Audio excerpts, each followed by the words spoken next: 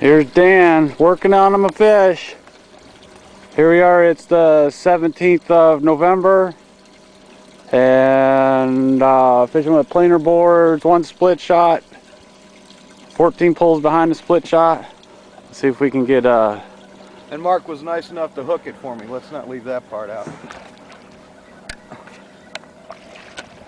looks like a good one. Yeah, we're getting a little bit tired now. Man, that's a good fish there, Dan. Woo! Looks like a good one. Good Dan. You're gonna miss all this fun. Nah, every time I come back down here, you're gonna have to bring me out. So. We're getting closer to the boat.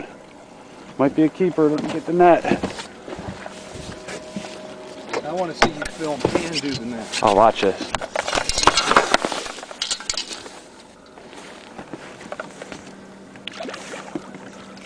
Pretty fish.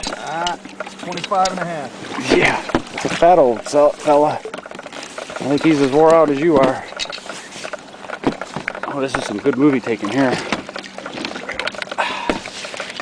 I don't know. Might be close.